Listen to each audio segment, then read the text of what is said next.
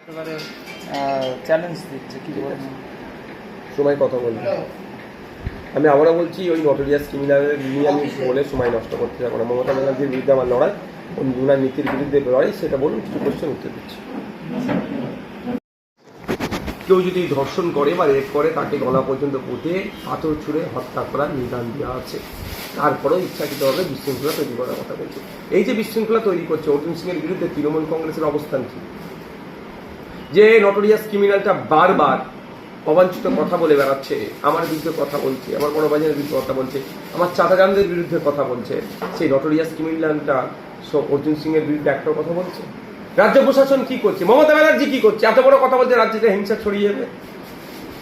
দেখুন, দিনের শেষে আমি আবারও বলছি, এরা বিজেপি আর তৃণমূল আলাদা নয়, সবই RSS এর পুষ্যপুত্র। এরা এর আগেও তিনি বিরিয়ানি বিষয় নিয়ে অনেক অবাঞ্ছিত কথা বলেছে। তাদের বিরুদ্ধে আইনত ব্যবস্থা নিলে এই কথা বলার সাহস দেখাতে পারত না। এটা তো ছেড়ে রেখেছে। এদেরকে যদি জেলের মধ্যে ভরে রাখে, এদেরকে যদি বলা বন্ধ করিয়ে দেয়, তাহলে হিন্দু মুসলমানের রাজনীতি হবে না, তাহলে তৃণমূলের সুবিধা হবে না, বিজেপির সুবিধা হবে না, ধর্মীয় রাজনীতি করতে পারবে না। ফলে এদেরকে ছেড়ে রেখেছে। শুভেন্দু অধিকারী দিন রাত অবাঞ্ছিত মন্তব্য করছে। 1.5 কোটি নাকি রোহিঙ্গা আছে বলে ভুল কথা বলে ছড়াচ্ছে। অর্জুন সিং এর কথা বলছে, দিলীপ ঘোষ কথা বলছে। যে দিলীপ ঘোষের কথা বলছে, দিলীপ ঘোষের সাথে মমতা ব্যানার্জি এক জায়গায় বসে গল্প করছে। এগুলো বাংলার মানুষ বুঝুক। এইদিকে তৃণমূলের নেতা মারা যাচ্ছে, তার বাড়ি যাচ্ছে না। ভূতনিতে বছরে 2-3 বার করে বন্যা হয়েছে, সেখানে যাচ্ছে না।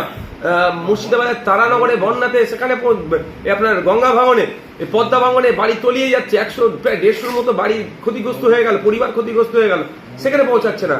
খগন মুর্মুর কাছে দেখা করতে চলে যাচ্ছে মমতা ব্যানার্জি। আর যদি ওটা নৌসাদ সিদ্দিকী যেত, এতদিন কতক্ষণ কি হতো? তোল পার হয়ে যেত। কেন? ওনার বেলায় সৌজন্যতা, আমার বেলায় সৌজন্যতা নয়। ওনারটা ঠিক, আমারটা ভুল, 1 নম্বর। দ্বিতীয় কথা, এখানেও ক্ষতিগ্রস্ত, চেদের বাড়ি যাচ্ছে না কেন? সেই দিনের শেষে বীজে মূল, এটা মানুষকে বুঝতে